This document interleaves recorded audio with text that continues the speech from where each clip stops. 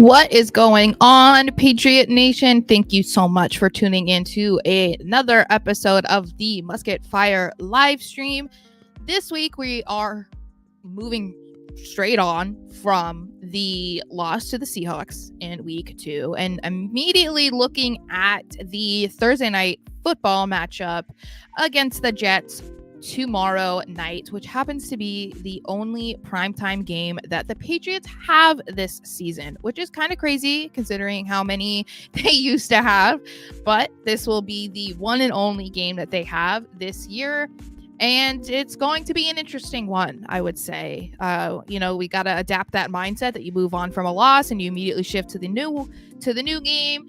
But the Patriots are dealing with a lot of uncertainty as it is, and the roster isn't looking too good. So let's just jump into that because the final injury reports have come out. Oh, man, I forgot to change the banner color. Look at me. That's fine. All right. So the Patriots released their final injury report. The Jets, I think, have also, but I'm not positive on that. I hadn't seen an official final one yet. However, the Patriots have already ruled out 4 players. City So is still sitting, as we know. They added Juwan Bentley, who has not been placed on IR yet. I think it's inevitable that that's going to happen, but kind of interesting that he hasn't been put on IR. And Vidarian Lowe.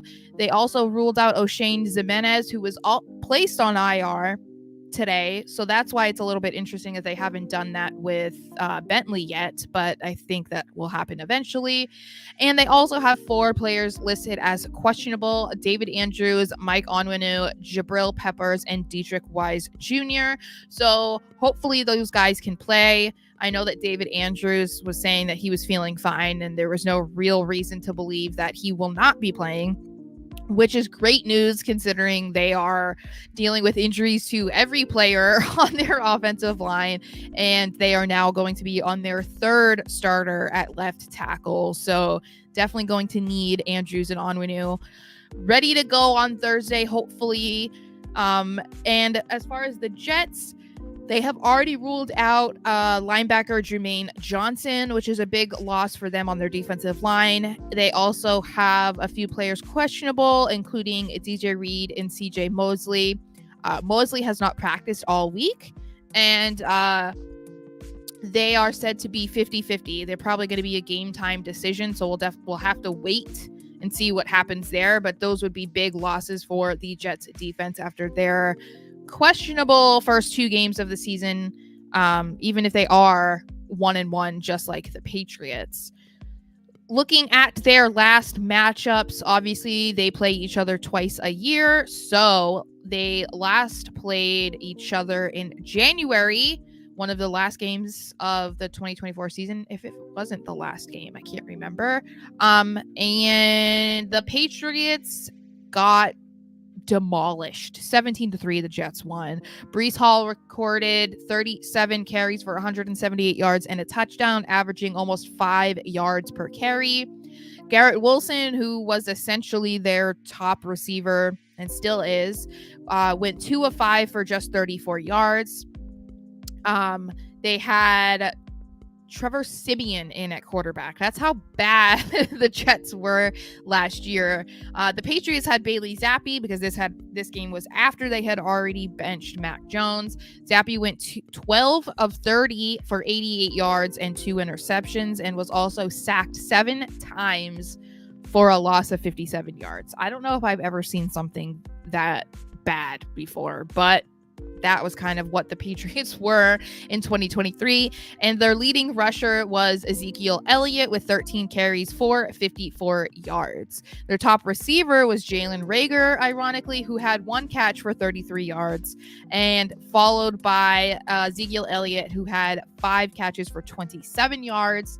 Bryce Behringer, the punter, and Vidarian Lowe each fumbled, and they only got 1 sack on Trevor Siemian. So it was just an all-around bad game to end the season for the Patriots. And then their first game was in September, where the Patriots won 15-10. Mac Jones was still doing okay at that point. He was 15 of 29 for 201 yards and a touchdown. Ezekiel Elliott was surprisingly the top running back with 60 carries for 80 yards. Mondre had 19 carries for 59 yards.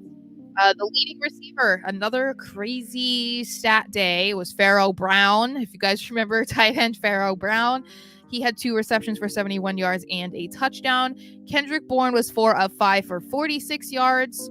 So, a rough day all around on offense, but it was the same, if not worse, for the Jets. Well, this was when Zach Wilson was still playing, so he was 18 of 36 for 157 yards, and he had 3 sacks for negative 24 yards.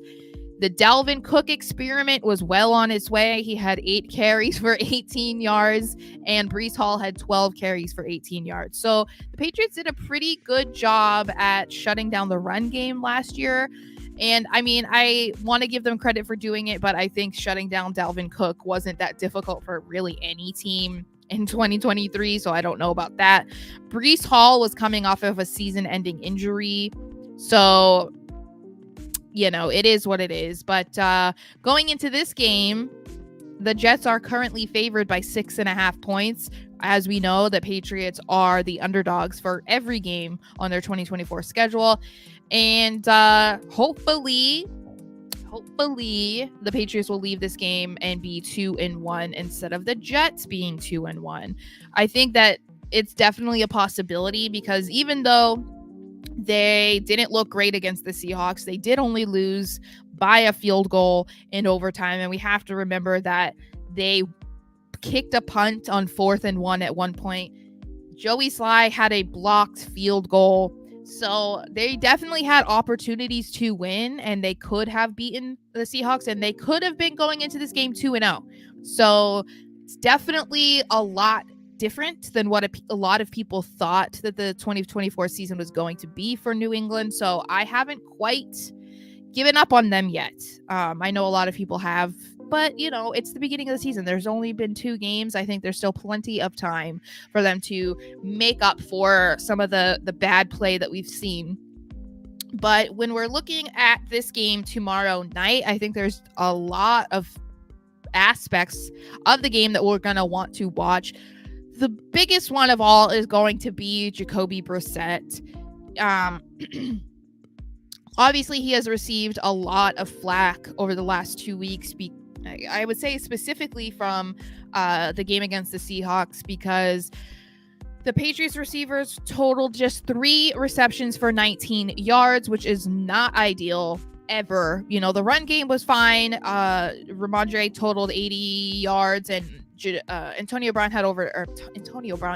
Gibson had over 90. So they were definitely able to run the football. But you can't rely on that every single week. As much as they want to be a run first team, that's not going to work every single week. And it's definitely not going to work against a team with a defense like the Jets. So they're gonna have to do something else. So pressure on Jacoby Brissett has been 44.3% according to Next Gen Stats, and he has taken 4 sacks through the first 2 games and quite a few hits as well. So that is a little bit worrisome, because the Jets defensive line is very aggressive, and they have Will McDonald on the line, and he had 3 sacks against the Titans last weekend. So that's going to be a little scary with all of the injuries to the Patriots offensive line. And now that they're starting their 3rd left tackle, the right side can only do so much, and they could very easily exploit the left side with rookie Caden Wallace and Michael Jordan. So they're going to have a big game this week to counteract that, and hopefully allow Jacoby to utilize the wide receivers, because we need to see Jalen Polk. We need to see Demario Douglas. They cannot just be on the field and not getting looked at. So hopefully they'll have that opportunity. They might be a little bit better off if the Jets injuries are players that won't be playing on the defense. As I said, Jermaine Johnson is already ruled out. DJ Reed and CJ Mosley being out, that would be great for the Patriots offensive line. Moving on to the Jets defense, since we're talking about the Jets defense, they rank first in pressure at 45.4% or 45.6%. I'm sorry. So they are getting to the quarterback almost 50% of the time, and they have allowed the 6th most receiving yards. This is the counteract to that. The 6th most receiving yards and an 83.3% catch rate for opposing runners. So if they can't utilize the wide receivers on their own, I would expect that we're going to see a lot of plays to Ramondre Stevenson and Antonio Gibson. Would not be surprised if they're getting a lot of short passes to them to incorporate them, because the Jets are allowing it. And if that's the only way that they're going to be able to do it, then by all means, because that's the part of the problem is going to be, and I'm going to bring this up too, is the Jets don't only have a good front seven, they also have a solid secondary. And we all know about Sauce Gardner, who is, just as good, if not better, than Christian Gonzalez at shutting down receivers. He hasn't looked fantastic this year so far, specifically last week, but we don't really have receivers that can compete with like Calvin Ridley or, DeAndre Hopkins or something like that, like the Titans do. So I don't know that Jacoby is going to want to throw in Sauce's direction. And in that case, we're going to see more like Hunter Henry. We're going to see more passes to Mondre and to Gibson. So expect that, because it might not be a game where we finally see the utilization of the wide receivers. It might be another disappointing showing in that regard, which, maybe it'll take patience. Maybe we need them to have the 10 days off between this Thursday night game and their week 4 game against the Niners. But I don't know, maybe we're just going to have to be patient. It's unfortunate, but I think that's kind of the mantra of the season, honestly. That might just be how we have to go about it. Sticking with the Jets defense, we're definitely going to want to watch their run defense versus the Patriots running backs. As I said, they're going to utilize their run game with Mondre and Gibson. And the Jets have been pretty bad run defenders so far. They allowed 180 yards on the ground in week 1 and 130 yards in their second game against the Titans last week. So, I mean, Mondre totaled 120 yards week 1, 80 in week 2. Gibson had over 90 in week 2. So if they're going to stick to the run game, this might be the week to do it. And that is another reason why I think that we might have to hold off on our complaints about them not using wide receivers, because given the state of the offensive line, Jacoby might not really have a lot of good opportunities to try and throw the ball. So if we're going to see another game that is solely run on the ground, then that is going to be the fate that we deal with this week. It might be. And I think we just have to accept it, because if we can get a win over the Jets, I'm going to accept that, okay? Because we don't like the Jets, right? Hello? No, we don't. And the Jets have been allowing 115. So between those, it's 115 on average yards from running backs, and they're averaging 4.49 yards per carry, which is insane. This could be a day that we see Ramondre Stevenson and Antonio Gibson absolutely feast on their defense, which would be great, because if that's what it takes to get a win, then I'm all for it. And there's a reason why they signed Antonio Gibson, and we saw exactly that last week when he finally came alive against the Seahawks. So we'll have to see. Let's see. All right. I was just checking the comments. Hi, Chris, and hi, Nathaniel. Thanks for being here. Another group to watch is the Patriots pass rush. Specifically now, because they are down Juwan Bentley. Now, Juwan Bentley was more so obviously in the run defense, which we're going to talk about, because the Jets have a two-headed monster in their backfield. But the Patriots defense ranks 31st right now in quarterback pressure rate. And if you took out Keion White, they would probably be dead last because he has 4 sacks through 2 games, which puts him on pace to get 34 sacks at the end of the season. And if you took him out, it's a little bit scary, and I think we kind of anticipated that to be the case when we knew that Matthew Judon wasn't going to be on the team anymore. We knew that when Christian Barmore was put on IR, we're like, okay, who does that leave to be the pass rusher? It was like, all right, well, there's Keon White, who didn't do a whole lot through his rookie year, and it wasn't entirely his fault. I think Belichick was kind of like moving him around and having him out of his natural position a lot, so it didn't create a lot of opportunity for him. And obviously that has changed, but he hasn't really gotten a lot of help from anybody else. Maybe there was some optimism around Joshua Uche because he had 11.5 sacks in 2022. Fell completely off in 2023, and he has been essentially a non-factor so far. And everybody else, it's just not working. So that is going to need to pick up against Aaron Rodgers because he is not just a fantastic quarterback, future Hall of Famer, but he can also move. He might be a little bit more limited now because he is coming off of a season-ending Achilles injury, so he might be a little bit more limited, but Rodgers is Aaron Rodgers. You kind of can't really count him out, and so he is not a player that you can sit there and be like, all right, maybe he'll do this, maybe he'll do that. No, you need to expect everything out of him because you really don't know what he's going to do. So I hope that we're going to see a lot more from Uche, a lot more from Jelani Tavai, maybe even Raekwon McMillan. I want to see stuff from Dietrich Wise. We need to see somebody help Keon White because he cannot do this on his own for the rest of the year. As great as he is, as if he gets 2 sacks every single game, fantastic. But it would be great if we could add somebody there to help him accomplish that, so it's not just Keon White. Speaking of Aaron Rodgers, definitely gonna have to watch him in this game. And right now, as through for the first 2 weeks of the season, he has already completed 60.8% of his passes. He has 3 touchdowns and just 1 interception.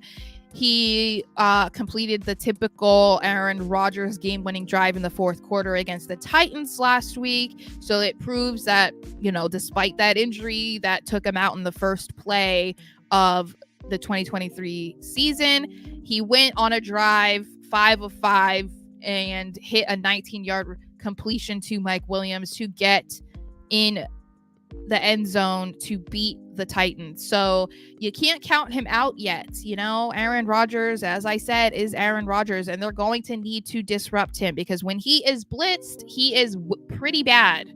According to the stats, he's not thriving when he's blitzed. So if the Patriots can do that, which they have been blitzing this year, so we'll see. But they're definitely going to have to pick it up because this is a game that could very easily get out of hand. And I don't think that the Jets are that much more talented than the Patriots. And it shouldn't be the case that they are being run all over. I think that this should be or could be a close game. I don't think it's going to be as big of a difference in score than what's being predicted right now. We also need to watch, as I said already earlier, the run defense, especially with Juwan Bentley out, who was one of their best tacklers and their primary run defender, which that's why it's a little bit concerning because they've got this 2-headed monster and Bree Hall and rookie Braylon Allen. We have Bree Hall. He has already had some really big plays. Last week he had a 30-yard run and a 26-yard touchdown catch. They were both in the 3rd quarter, and the Jets are 6-0 when Bree Hall runs for 95 yards or more, and he has done that already against the Patriots before. As I said, the last time that the Patriots played them, where did I see it? One of the last times, Bree Hall had the last time that they played, which was in January. Bree Hall had 37 carries for 178 yards himself. So that concerns me a little bit because now they have Braylon Allen, who is already, becoming a household name, basically. He's been doing great, and the fact that they could even put them both on the field at the same time, that means that they can open up opportunities for Bree Hall. Braylon Allen has also had a 20-yard touchdown this year and a 12-yard touchdown catch, and he is quickly getting up there to become, like I said, the partner in crime to Bree Hall, which is concerning when you have a team that is down one of their best run defenders. That is why it's like the timing of Bentley's injury could not have been worse. Like, I'm not saying that it should happen at all, but it's like, couldn't have waited at least one more week, because we desperately need you on the defensive line. But hopefully we'll see Tavai, Equali, McMillan, like all those guys step up in his absence and help make up for that loss, because it's certainly not an ideal situation to be in on a short week. We'll also need to be watching Christian Gonzalez versus Garrett Wilson, because he is their top receiver in New York. So far, he has 10 catches for 117 yards, and he's already leading the team with 17 total targets. So he is becoming one of Aaron Rodgers' favorites, likely outside of Allen Lazard, because they do have that history together from Green Bay. He did get 115 yards in his first game against the Patriots in 2022, but ever since then, the Patriots have held him to 50 yards or less. So having him go up against Christian Gonzalez, who just shut down DK Metcalf, if you don't count that miscommunication with Kyle Duggar, which is becoming a very debated topic on Patriots social media, he's shut down Jamar Chase. He shut down DK Metcalf. We know who he shut down last year: A.J. Brown, Jalen Waddle, Tyreek Hill. So I think Garrett Wilson should be fairly an easy guy for him to limit. But then that also creates like, okay, what is going to happen with Allen Lazard? Because he has that deep-rooted connection and chemistry with Aaron Rodgers. So he is not a guy to ignore by any means. He could be the reason why the Jets offense just completely explodes, honestly, because that is just what Aaron Rodgers does. He is really good at utilizing people that you think are not a factor. So they'll definitely have to account for him in some way. And that is why I've said, how are the Patriots secondary going to do against the Jets wide receivers? If Christian Gonzalez shuts down, Garrett Wilson, then what does that mean for the rest of the secondary? They're gonna have to do something about Allen Lazard specifically. And it was a bad showing for them last week. We saw that DK Metcalf, even though he did have that 156-yard touchdown run, he did total over 100 yards. JSN also accounted for over 100 yards. That was kind of his breakout game as well. They allowed 296 receiving yards to receivers last week. That's not going to win you games. It's definitely not going to win you games when you have a quarterback like Aaron Rodgers in the lineup. It's not going to be a Geno Smith every week, but even Geno Smith had a fantastic game against the Patriots last week. So that's not ideal either. Doesn't make me feel too good about their chances, especially on a short week. And I'm usually someone who tries to be as optimistic as possible because there is far too much pessimism? That sounds wrong. In New England. So I try to kind of counter that. But yeah, this is gonna be scary. I'm a little bit scared. I don't feel too confident. And I don't see a lot of Patriots fans that do feel too confident. Which I don't know if that means anything, you know. But Chris says, by the sounds of Sarah, this could be a low-scoring game that Amazon will regret streaming. I feel like they should regret choosing like every game that they stream, because it feels like every Thursday night game is just not good. That's why it's like, I feel we shouldn't expect anything too exciting. I feel like I don't even know if we've gotten one good Thursday night game since Amazon took over. I would really have to like look through it and see. But if I can't remember any, then that kind of feels like that means that there weren't any good ones. I do anticipate it to be low scoring. I was on the Jet Press podcast earlier. If you guys want to see that conversation, you can go to the Jet Press YouTube page. They're the Jets fan page under Fansided.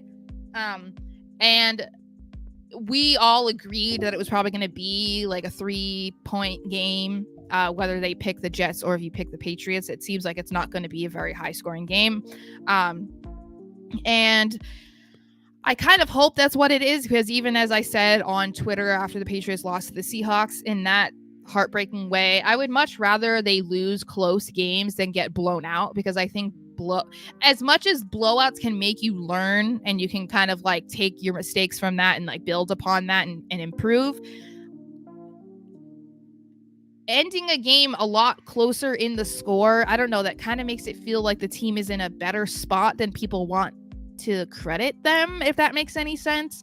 I think when you get blown out, there are like so many issues that you have to look at and be like, okay, how did we get to this point? How did we get completely demolished? Whereas like, yeah, if you only lose by a field goal, it's like, okay, what moment kind of led to this, if that makes any sense. And yeah, Chris says blowouts are not good for team confidence. And the Patriots were on such a high after week 1. You could tell that there is such a lighter aura in that locker room than what we've seen over the last couple years. And so I want that to keep going. I want there to still be a good belief in this team and in this coaching staff. And so, as disappointing as it would be to see them lose another game, I don't think it would be as bad as if they got, blown out by 20 something points or something. And that's obviously possible. I hope it's not. But Nathaniel says that he is confident. I appreciate your optimism. And it's not that I'm not confident. I think that I'm just being cautious. It's kind of the mindset that I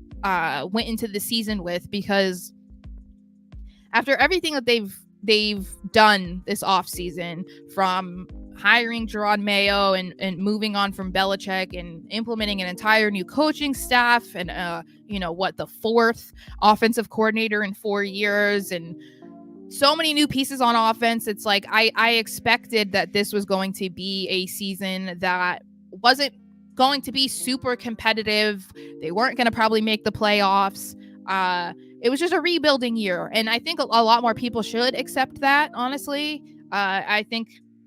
I believe that rebuilds do exist. There are people who don't believe that rebuilds exist in the NFL. I think that we've seen plenty of evidence to suggest that it does. Look at the Texans. They're not perfect, but they definitely built up their team and then plugged CJ Stroud in there, and he's doing great. So I think that the Patriots are going to be a much better team next year, and there were not going to be people talking about, every single week that they have no chance of winning or something. I mean, and they've already kind of defied expectations as it is. There were so many analysts and reporters and fans who were saying that they were going to go 0-4 in the first month. And they beat the Bengals. And most people are trying to take that away from them and saying, oh, well, the Bengals suck. Look, they're 0-2. I don't think that's the case, because they went pretty toe-to-toe with the Chiefs last week. So are we saying that the Chiefs aren't good? I doubt that. They also went toe-to-toe with the Seahawks, and they got kind of blown out statistically by the Seahawks, but they still brought it to overtime and only lost by a field goal. And the fact that there are even people talking about how they could be an upset again this week against the Jets, to me, that is not typical conversation for a team that you think wasn't going to be competitive or weren't going to win that many games. There would be no conversation to be had if the assumption was that they were just going to lose every single week. So it is kind of a nice, different conversation that we're having. Otherwise, these streams would be like pretty boring, I would say. I mean, you could say that they're boring anyway if you want, I guess, but there wouldn't be a lot to talk about. There wouldn't be anything good to talk about. And so I would like to believe that the Patriots are going to win. I've just kind of, I'm just going to watch it. I just want to see some improvement. I just want to see if the offensive line can hold themselves down enough. I want to see if how the defensive line does without Bentley. I feel like there's a lot to pay attention to, and there's a lot of younger players that are now going to be highlighted and see like, okay, how are they going to do when the pressure is on, when the opportunity is there? And that's kind of exciting. It might not be as exciting as, winning games and competing for a playoff spot or for the Super Bowl, but I think the Patriots are in this situation, and it should only get better from here. I think that's like a good mindset to have. Maybe I'm crazy, I don't know, but I do think that that's a lot better. Chris says the current state of the offensive line is my biggest worry. Yes. The only good thing is the injuries to the Jets defensive line, which can kind of help them, but obviously the left side of the Patriots offensive line is the problem. We've already seen it. Most of Jacoby's completions at all are going to the right, and almost all of the successful runs are coming from the right side. I think Caden Wallace can be a great player. I mean, his teammates have raved about him. Analysts and draft scouts and stuff like that have raved about him as well, but he's still a rookie. So we'll have to see that. And then, of course, Michael Jordan, he's brought up from the practice squad to the 53-man roster. So it doesn't, make you feel good, but that's the situation that they're in. And some of that can be put, some of that can be blamed on their seemingly inadequate, I don't know how they went about the free agency, because I feel like they didn't really utilize or prioritize, rather, trying to find a starting left tackle. Granted, they don't grow on trees. A lot of them received hefty contracts this offseason, but the draft, you drafted a guard and you drafted a right tackle, but again, you're trying to move those guards to be tackles, or you're trying to move that right tackle to be a left tackle. So it just doesn't make a whole lot of sense. I think we just have to temper our expectations for Caden Wallace and Michael Jordan, and maybe they'll surprise us. That would be great. Nathaniel says, should we draft wide receivers again next year? Absolutely. I think that they're going to draft a receiver. They're going to want to try to get probably one of the better wide receivers. I think that in my mind, they should go left tackle in the first round. And let's say they have a top 3 pick, which some people are assuming. There are people who predict that they're going to have the top pick in the draft. I don't think so. That looks like the Panthers still at this point. But if they have a top 3 pick, I would not be mad if they took a left tackle, but I also wouldn't be mad if they traded down a few spots and then added extra picks and then get a left tackle. Maybe add another first rounder this year to get their Marvin Harrison Jr., to get their DK Metcalf, whatever they need, because the receivers that are going to free agency next year, the main one is T. Higgins at this point.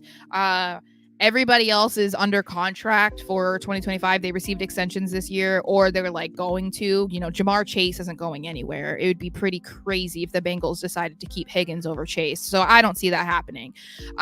So their options are very limited next year, and it's not just in free agency, but because all these receivers either were traded or received extensions, they're not going to be up for trade. So if they're going to try and get that clear wide receiver game-changing player, they're going to have to go to the draft. That's like their only option at this point. So I think that they'll go left tackle first. That's what I think and what I believe they should do. And then maybe try to get another receiver in the first round if they can. Maybe try to couple some of the picks, like, the third rounder that they got from the Judon trade, and couple that with maybe a future higher pick or something to get one of the top receivers. I couldn't tell you any of the top receivers that are going to be in this year's draft, but is it Travis Hunter one of them? That was one guy that they do like out of Colorado. Chris says you might need to look to the draft for the next left tackle. 100%. I think that's what they're going to do, and I think that's what they should do in the first round. And there are already people talking about who those tackles should be. It's unfortunate that they couldn't get Joe Alt. He's killing it already for the Chargers, but they needed a quarterback and they got Drake May. So if they can get a left tackle in the first round of next year's draft, I think that's good. Maybe go back in. It depends because it's so early to determine like who's going to go into the draft and who's not, and who's going to be the best prospects and who's not.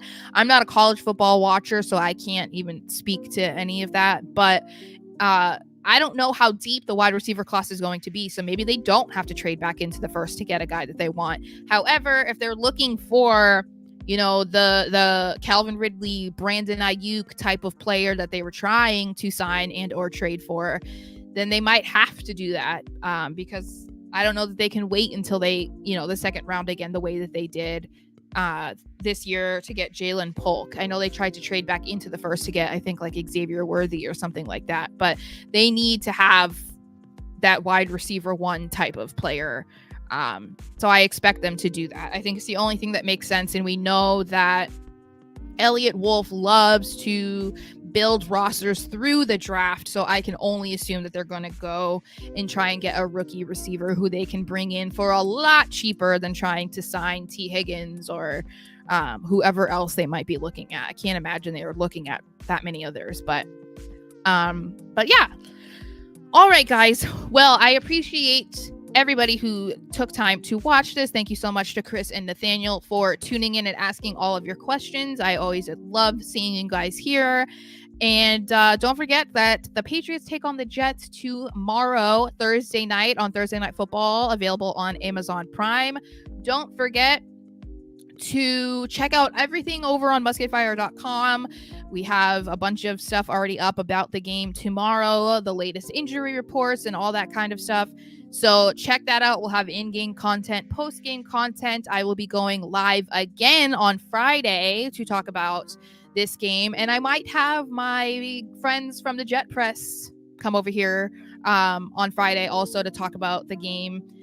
They can give us their thoughts on how it went, whether or not we win or we lose. But it'll be fun because they are really cool guys. So hopefully I will see you guys on Friday. Make sure you pay attention to the Musket Fire YouTube channel by subscribing to see what time that will be. It might be a little bit earlier than normal just because of the time difference. But anyway, I will see you guys on Friday. Thank you so much for tuning in, and go Pats.